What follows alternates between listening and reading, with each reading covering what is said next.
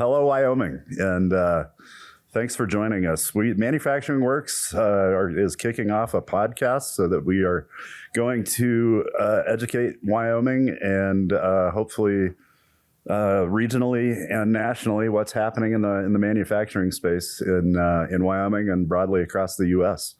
For those that don't know, Manufacturing Works is the Wyoming Manufacturing Extension Partnership, and our role is to support small and medium manufacturers in Wyoming to help them be more efficient, more profitable, more competitive, more all the better things. And as you are all likely aware, Wyoming's manufacturing landscape is heavily tied to critical minerals, mining, all the extraction pieces, coal, oil, gas, and emerging sectors like rare earths and nuclear energy are going to be the future. So just coming on board to tell you everybody what we've been through over the last 18 months as a program, and coming out on the other side of what's been a pretty tough fight, but coming out bigger, better, leaner, and we're happy to be joined by Sam Kidd today, who is let me get this title right, of counsel with Holland and Hart. And tell us a little bit about yourself. Okay. Yeah, you got it right, Rocky. Well, I grew up in the West. But not Wyoming. Not Wyoming, but close, like Wyoming adjacent. Yeah. I grew up in Idaho. We had a little more water and just slightly less wind, but not a lot less. So this felt kind of like home when we got stationed here in, I think, 2019. Got stationed at F.E. Warren. We ran the legal office there for the last 3 years of my Air Force career. I spent 20 years on active duty as a JAG for most of that time frame. And then it got to the point where the Air Force was going to move us again, and my wife said, "You can go. I'm going to stay." So I figured I didn't want to go on my own. That's probably a good call. And, we just had a child graduate from Central, got another one that was going to be a sophomore, and we're going to have a freshman at the University of Wyoming. So we decided we're going to stay put, stay in Cheyenne. And so had the opportunity to join Holland and Hart, and have been there ever since. Got to work with some really cool clients and realize there are some very cool manufacturing things, other companies too, but there's some really cool manufacturing things happening in this state that you don't even realize unless you go looking for it. Which will be kind of our next segment, as I kind of briefly tell the story of what we've been through over the last 18 months, coming out on the other side and really in a bigger, more positive fashion. But you kind of put it, manufacturing is hidden in plain sight. People would be blown away when they find out that, did you know, back in the day when we used to send money orders on a frequent basis, or some folks still do, every single Western Union printer across the globe is made right here in Wyoming. I did not know that. A little tidbit for you. But yeah, I just for those that are familiar with the program or those that are not, last April Fool's Day, we got what has now become known as the April Fool's Day letter from one of our funding sponsors saying that our funding had been eliminated, and our clients nationwide had something to say about that. And so we did a little bit of back and forth and a little bit of negotiating and reinforced the work of what we do. And I think it was a big highlight of maybe we are not telling the story of what we do loud enough. So here we are 18 months later, fully funded with a very strong, talented team working with manufacturers individually across the state on very specific projects. I do want to give a hat tip to the team at Manufacturing Works, because while all of this negative noise was occurring in the background, they kept their heads down and did the work for the manufacturers. So it didn't get them necessarily sucked into all of the goings on. And we were able to come out on that side with a more polished image, a better understanding of what Manufacturing Extension Partnership does do, and a more focused ability to do that, I guess, would be the greatest way to put it. So happy that we put up the fight, and it was a good fight for a good cause, and we're here to help small and medium manufacturers across the state. I jokingly say that personally don't really care if you are making, I'll use reference from Alyssa was joking about earlier today. I don't care if you're making peanut butter or NQA1 qualified products for nuclear energy facilities or anywhere in between. We have a solution in our toolkit that is able to help you do that better. So a little bit about our program. But let's talk about manufacturing being hidden in plain sight. I mentioned the Western Union printers. There's a company over in Laramie, if you can believe it or not, that manufactures ballast water cleansing systems for ocean-going vessels in Laramie, Wyoming. It makes all the sense in the world, but not really. Yeah, anybody in Laramie driving up and down 3rd Street, you drive by it every day, and it's in a building that you'd never guess that was going on there. So, what are some of the? Well, there's another super cool boat manufacturer in Wyoming too, right? That makes like a composite shell. Some cool composite boats, and they supply to the military. Well, yeah, and then there's also, I got to meet Becky and her team up at Kennan. Right. Right. I mean, Kennan's making the, I don't know how you describe them exactly, but they make these pieces that fit inside the air intakes of aircraft. Correct. They're like foam covered in kind of a nylon that fit inside the air intakes of aircraft. And I think they make them for almost every airframe. And they work on some pretty top secret stuff. And if I remember, they've got a skiff inside that building, don't they? I don't think they have a skiff. But they've got a place where I can't go. They are working on some research and development. Mm-hmm. They were also working on some of those covers that would cover up the air intakes for the jets that could be deflated, rolled up, and packed inside of an F-35. So say our F-35s are flying out in the Pacific, something bad happens to where they thought they were going to land, and they've got to go land somewhere else. Mm-hmm. They've got everything they need on board to be able to land and then protect the aircraft while it's at that austere airfield, all coming out of Sheridan, Wyoming. Yeah, and there's a company over in between here and Pine Bluffs, between Cheyenne and Pine Bluffs, that manufactures I don't know what you call it, but it's decking for aircraft repair and maintenance. And so they've got a very specific design for multiple different Air Force, DOD aircraft. And it's specific to each aircraft. They build it, they ship it, and it goes. It's just mind-blowing what is being made here. Well, yeah, I mean, I work with BWXT Advanced Technologies. It's a company out of Lynchburg, Virginia. Right. That is looking at potentially siting microreactors in the state. Right. Has explored that as far as providing both power and process heat out in the Trona mines. Yeah. But then they've also been looking at establishing more of a supply chain in Wyoming. When they first started coming out here, working with the Wyoming Energy Authority, they realized they had no vendors in their supply chain database from Wyoming. And you know who helped a lot with that? Yeah, I think it was Manufacturing Works, right? I think so. Yeah. So thanks to the work that we got rid of the peanut butter companies because they weren't really a fit for that supply chain. Yeah, no peanut butter in the reactors. Lots of carbon and other things. But yeah, so with help from Manufacturing Works and industry days all over the state, BWXT was able to add, I think, 6 suppliers from Wyoming currently to that list. And the bench is a lot deeper, though. Those that have actually built something, made something for BWXT, I think, is right in that 6 range, right? But the bench of capable in Wyoming, right, is pretty deep. Right, yeah. So I was out there in Lynchburg 2 weeks ago, walking through one of the bays in their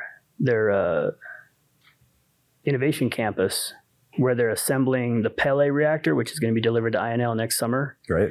That's a Department of Defense or Department of War reactor that's going to fit inside of a 20-foot ISO shipping container. It can be put on a C-17 and flown to austere locations, provide a megawatt or two of power.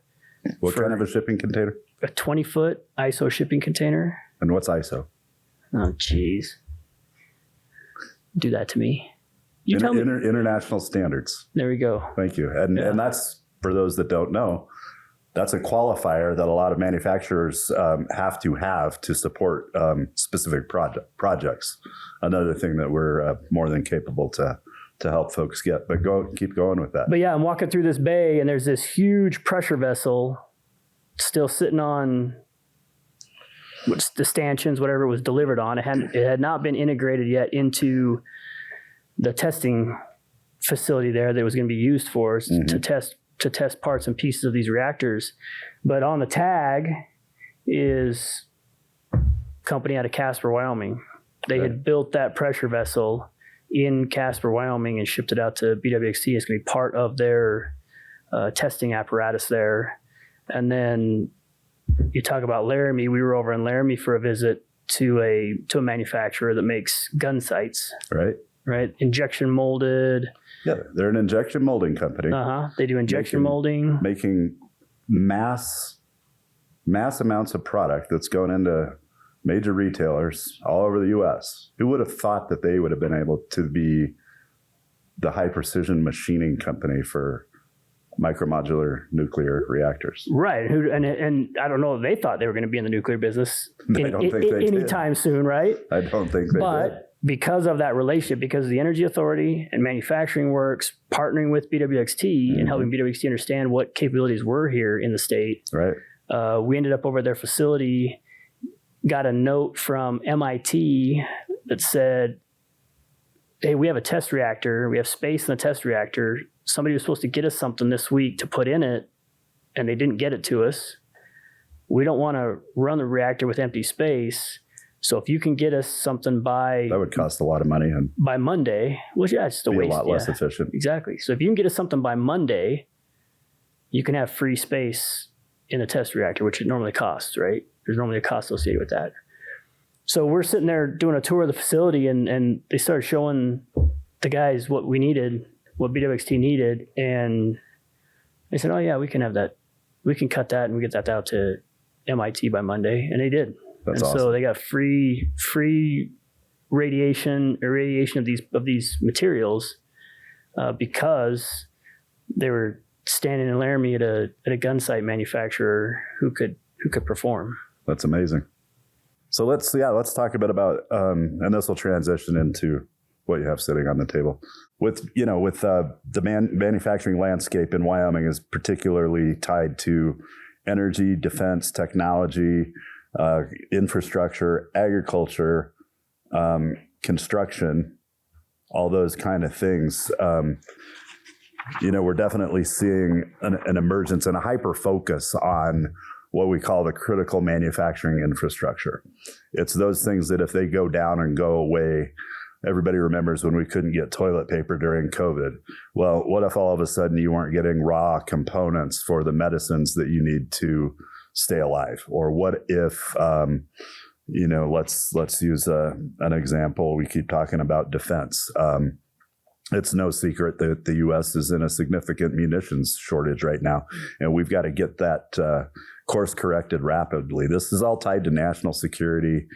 So you think transportation, and you think energy, and you think all those spaces that and defense and healthcare that keep the world going, if you will. Domesticating supply chains is going to be critical, and novel energy solutions are going to be critical as well, because as everybody knows, energy consumption's going like this and production's going like this, and that's not a recipe for good things if you like to have your house air conditioned and heated and lit, right? So what are some of the to expand on what and where you can on what exactly is happening with BWXT and some other projects in the state, and then also some of the ones that we've lost to other states for a variety of different reasons, and why Wyoming has been a leader in energy for so long, and we want to continue to be in that position,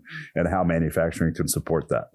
Yeah, it's been interesting watching what's going on with energy consumption, energy production, because those are just two pieces of this thing, right? There's also distribution. Right? So we might be able to produce a ton of power, but can we get it where we need to get it to? Is the grid designed to handle the novel energy solutions that are going to be coming online in the next few years to decade? Well, and that's why some of the ideas behind microreactors are interesting, right? Because you can place the reactor, you place the generation at the same place where you have the use, right? Which eliminates the need for all that distribution, which can take a decade just to permit, right? Let alone build it. And if we talk about, we see how, especially in Wyoming, right, how spread out we are. And that's all across the West. There's a massive amount of distribution that's needed to move those electrons where they need to go. And so the more I see a future where maybe we have more localized generation, more distributed generation. Did like a micronuclear reactor powering a municipality or multiples? Yeah, why not? Yeah. If it takes a decade to build additional generation to bring power into a valley somewhere or a town or a city, right? Why not site that generation closer? And then if there's other answers, right? There's gas plants. Natural gas is extraordinarily cheap, but you got to have a pipeline to get that there too, right?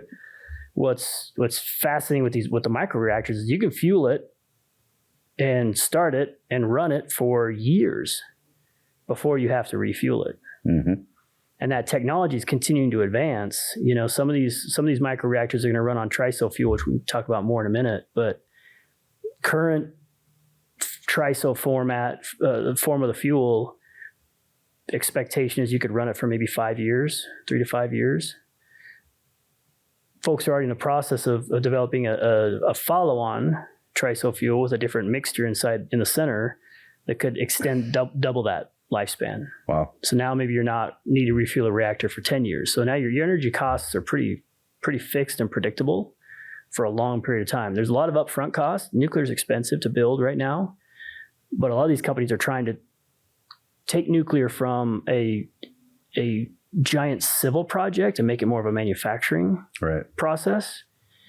And in the US, we've gotten pretty good at being able to control costs and become efficient when we do manufacturing processes. We still struggle with the large civil projects, getting those things done on time and on budget, but we've gotten pretty good at manufacturing things. When let's couple things related to that. First size, when we talk a micronuclear reactor, I know the answer to this, but our guests don't know the answer to this. Okay. This thing, micro, is it like half the size of a coal-fired power plant, or is it half the size of that, or could it fit on on the back of a semi on a trailer? Yes. All of the above? Yes. Yeah. It depends on what you need. There's so many designs out there right now, so many different companies that see opportunities in this space, that there are companies like, Radiant that was looking at building a plant in Casper potentially to make reactors that would fit on the back of a truck. And would go out to locations where you don't have power on site and provide power for a couple of years. Kind of like a diesel genset that we'd think of today, but it's you don't now need to fly or truck the fuel in. Right. You drive that reactor out there, you run it for a couple of years, and you bring it back, refuel it, and send them back out. So that's one that fits under that category of microreactors. But then you get up to something that maybe produces 20, 30 megawatts of electricity. That's going to be inside a structure that might be 50, 60, 80 feet tall, because you got a crane in there that can pull the core out of that reactor. And it looks more like a traditional power plant, maybe not the same size as a typical coal-fired power plant, but it looks more like your traditional power plant. Sure. And then you grow, you get bigger, you get over about 100 megawatts. That's kind of where the cutoff line is, where people start talking about the category of small modular reactors. Mm-hmm. And then you get up into the light water fleet of reactors that we have running in America right now. 92, I think, light water reactors we have operating that Sounds about right. Produce hundreds of megawatt, 1,000 megawatts.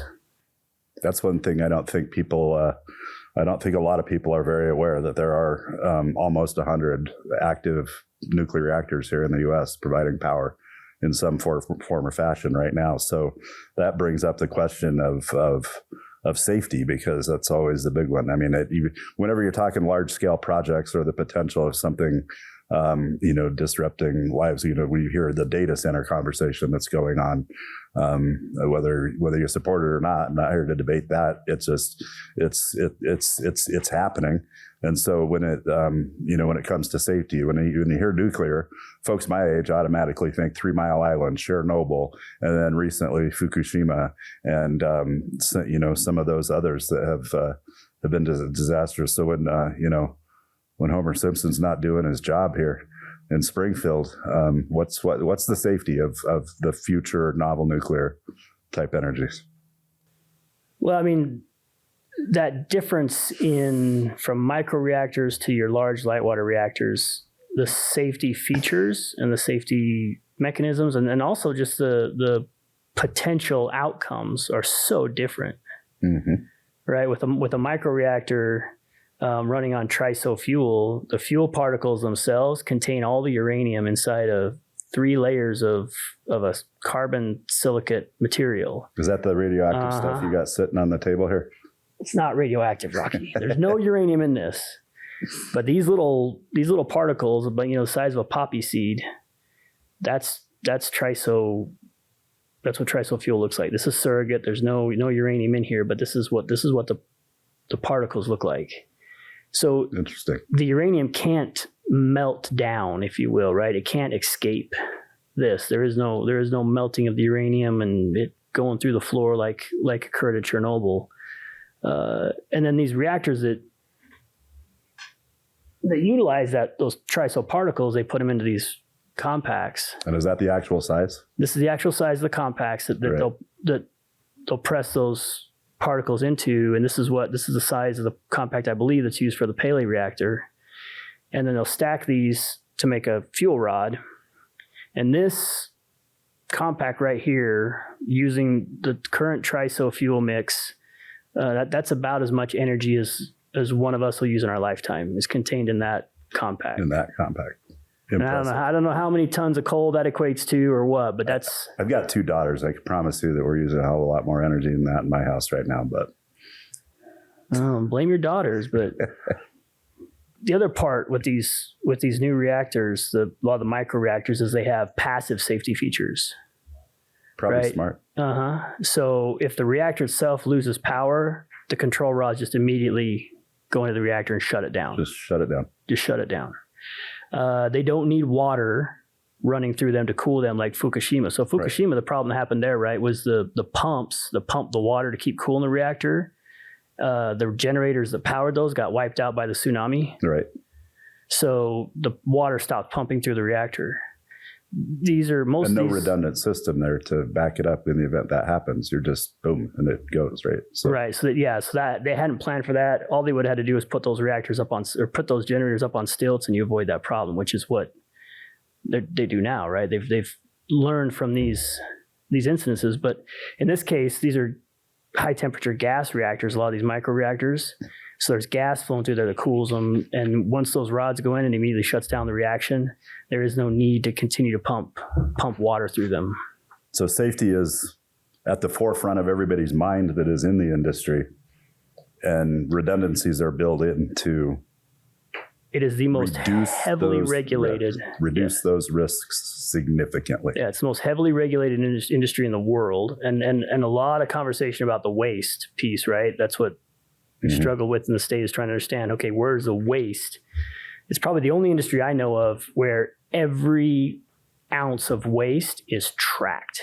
Like, they can tell you where every ounce of waste is for every reactor that's run, every commercial reactor that's run in the U.S. Just from what you know about manufacturing works and, nationally, the Manufacturing Extension Partnership and my colleagues nationwide, with the funding disruption that we experienced last year and having to, potentially reshift focus and all that,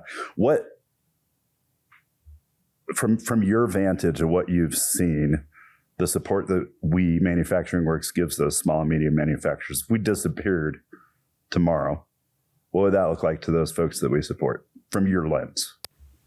Jeez, well, the experience I had was primarily with BWXT coming into the state. Right. And you, Manufacturing Works, created a lot of that connective tissue, or was able to help identify for us that connective tissue with various manufacturers around the state. And now we're watching as existing manufacturers are looking at the opportunity to expand what they're doing into nuclear energy, and may need to up their game a little bit, if they will, when it comes to quality control, that NQA certification you talked about. And I know Manufacturing Works is there to help those companies do that, right? Help bridge that gap, get them up to that next level, right? We are literally in a scenario on the national level, from a national security side of things, in a way where we are heavily reliant on foreign adversaries for a lot of our raw materials. And we have those capabilities and assets here domestically. We need to we need to figure this out, and speed to market is critical, right? Yeah, we've let a supply chain completely atrophy at best, right? If it's not dead, it's atrophied. It's atrophied significantly. And then, this all began post World War II, very, very shortly after World War II, when we started outsourcing everything, right? Because we kind of did it to ourselves, and everybody says, how long is this going to take? I don't think anybody can answer that question, because it took decades to get where we are now. How rapidly can, when we have the regulatory environments that are the way they are, and then just all the things of what it takes to go from a minimum viable product to commercialization of something that's going to support the critical manufacturing infrastructure.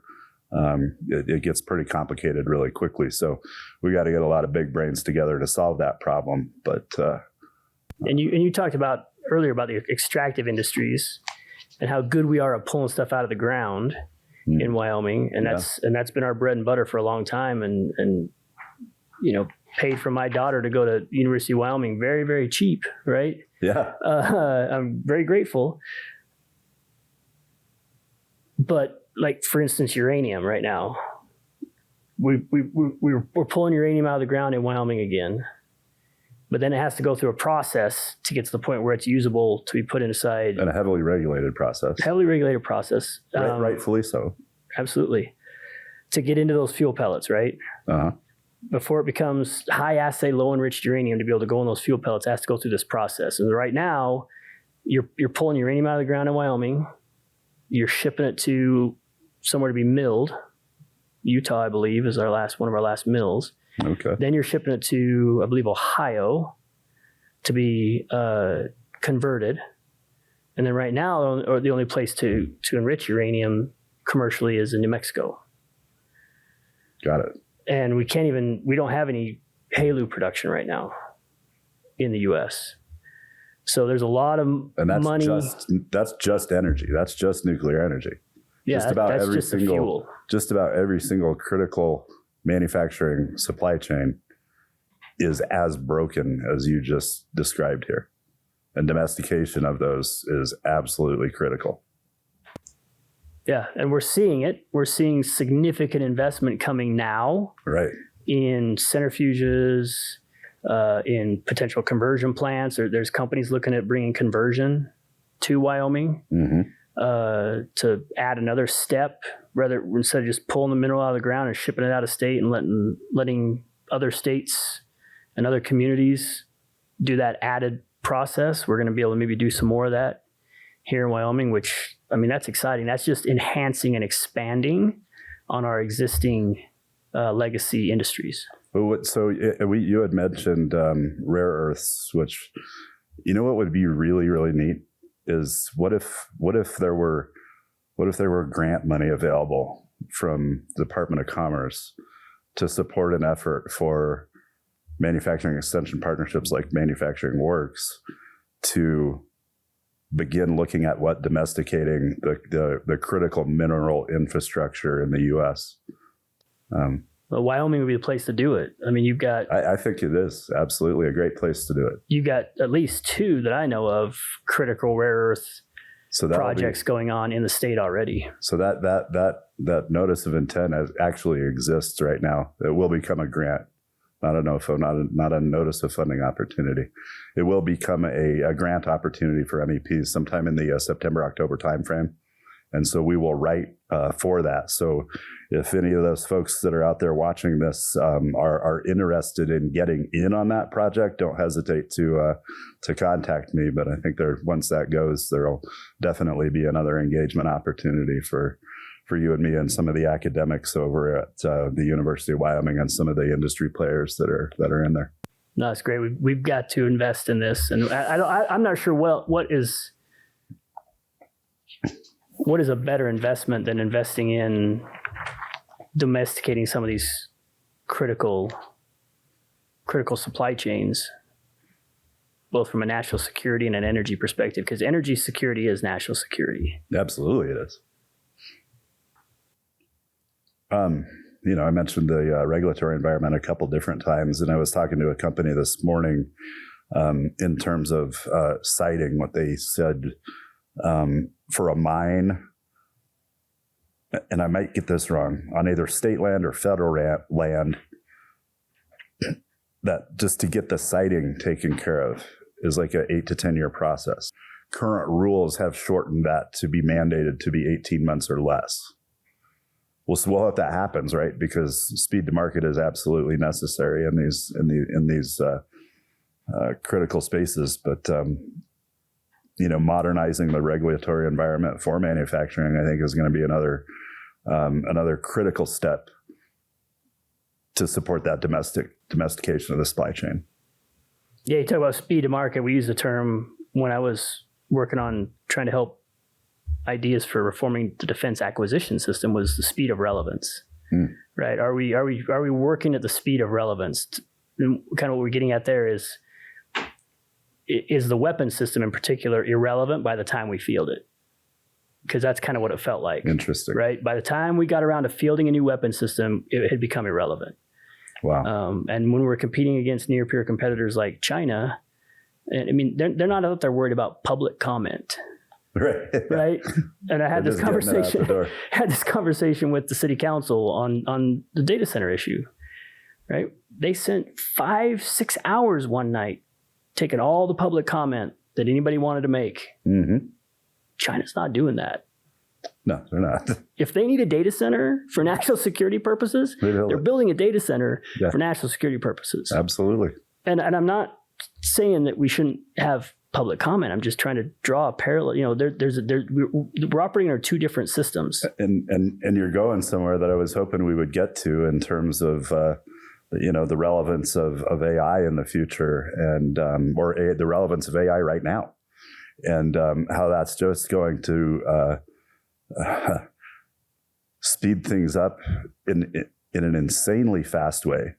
And if we do want to be the global leader in all of these things, like we have been for so long, the compute power needs to increase, and the big brains need to get to work on this. And again, I'm not saying that maybe some of the arguments are relevant or irrelevant when it comes to data centers, but the landscape is changing, and it is changing rapidly. And if we don't compete, we will lose, and that's the end of the story. I'm not saying it's the end of our lives or the end of our country, but we want to be the global leader. And if we do want to do that, then we need to have that mindset.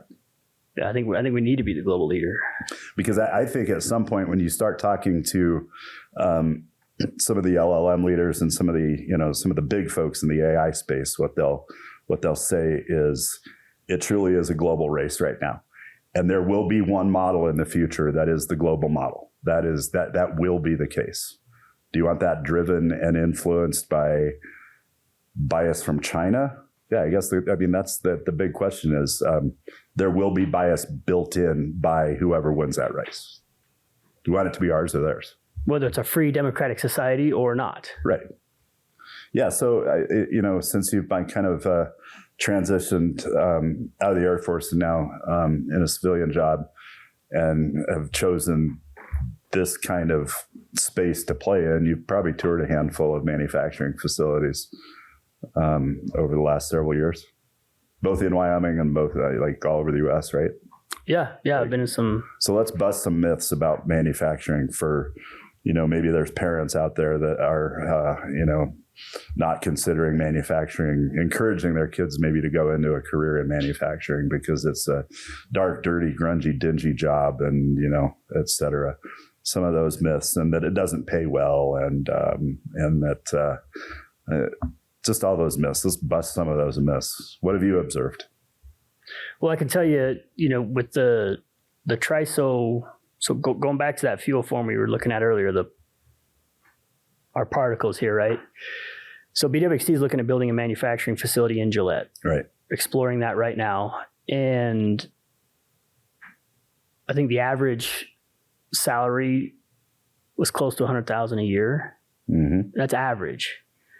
Having been in their facilities in Lynchburg, it is definitely not some dingy, dark, dirty facility. It's extraordinarily clean.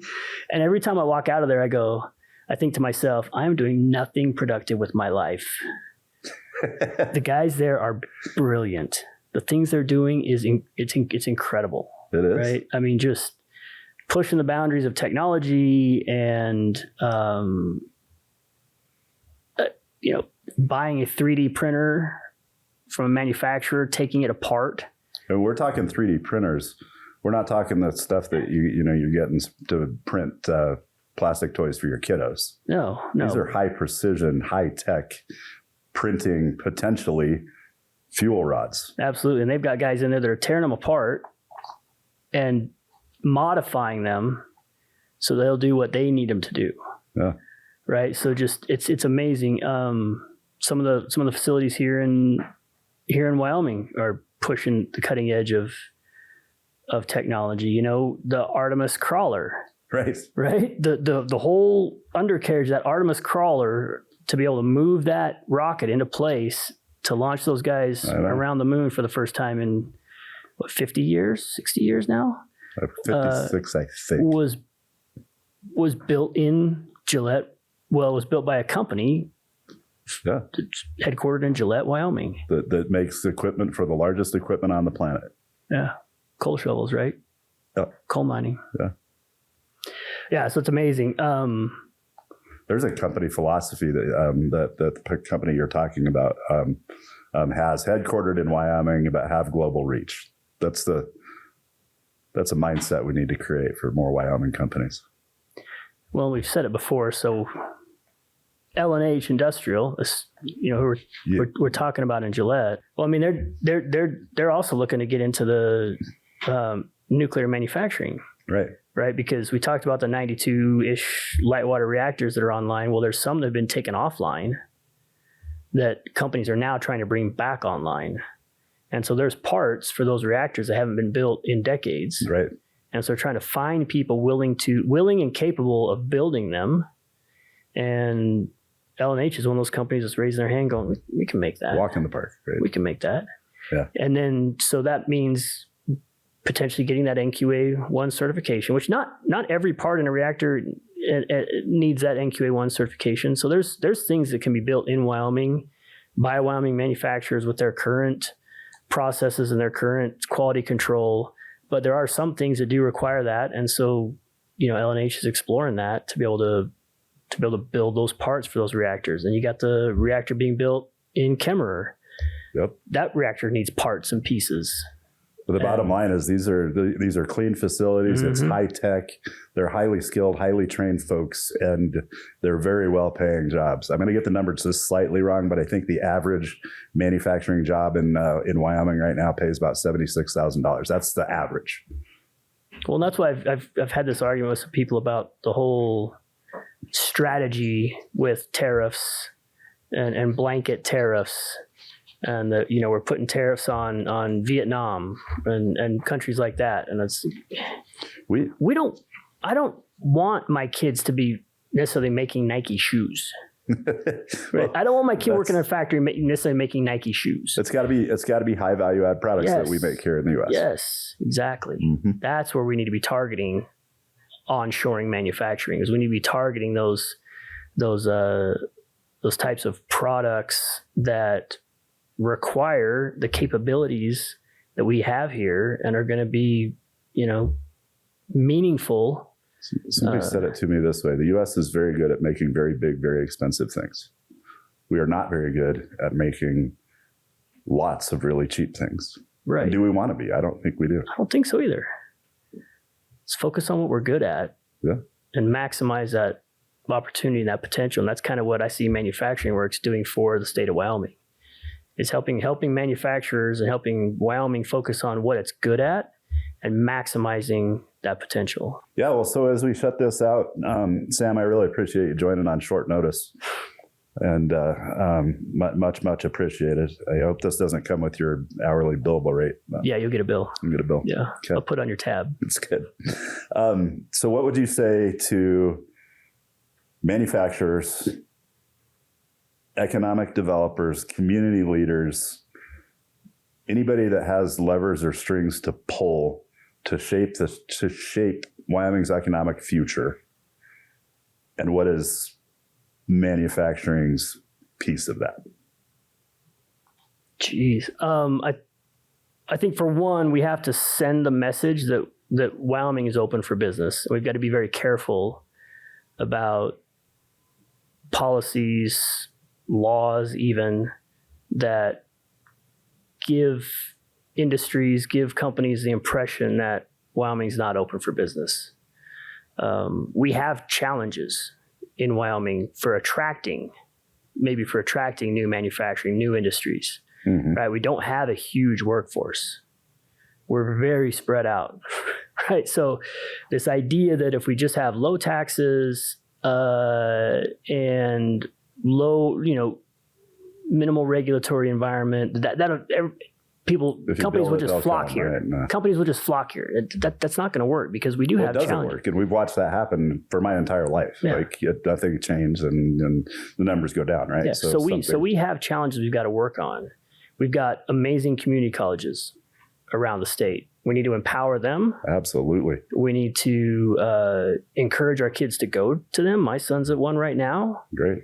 And they're ready. Like, we've worked very closely with the Gillette Community College, and they are ready to build out a lab that will help train technicians to operate in a TRISO fuel manufacturing facility. The schools are looking for those opportunities, and their students are hungry for them too. Mm-hmm. And then I think the other piece of it is we got to engage communities from an industry perspective.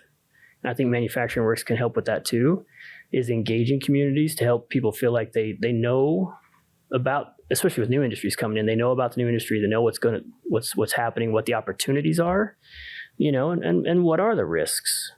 What are the risks with a TRISO fuel manufacturing plant? What are the risks with a reactor being built in Kemmerer? Mm-hmm. Help people understand the facts and what benefit these opportunities will provide for their communities. Fantastic. All right. Well, thanks for joining in. We touched on this a little bit, but I think our next conversation will somehow align to automation and AI and the roles that those will play, not only in manufacturing, but cutting across multiple industries. And on the theme of keeping myth busting, are all of your jobs going away because of AI? No, they will change. But we will think of it this way, and this is a good tee up for the next one. 80%, 100 years ago, 80% of the labor force in the U.S. was somehow attached to agriculture. Today, it's less than 5%, but most able-bodied, willing individuals today that want a job have one. So don't believe all the myths. Till next time.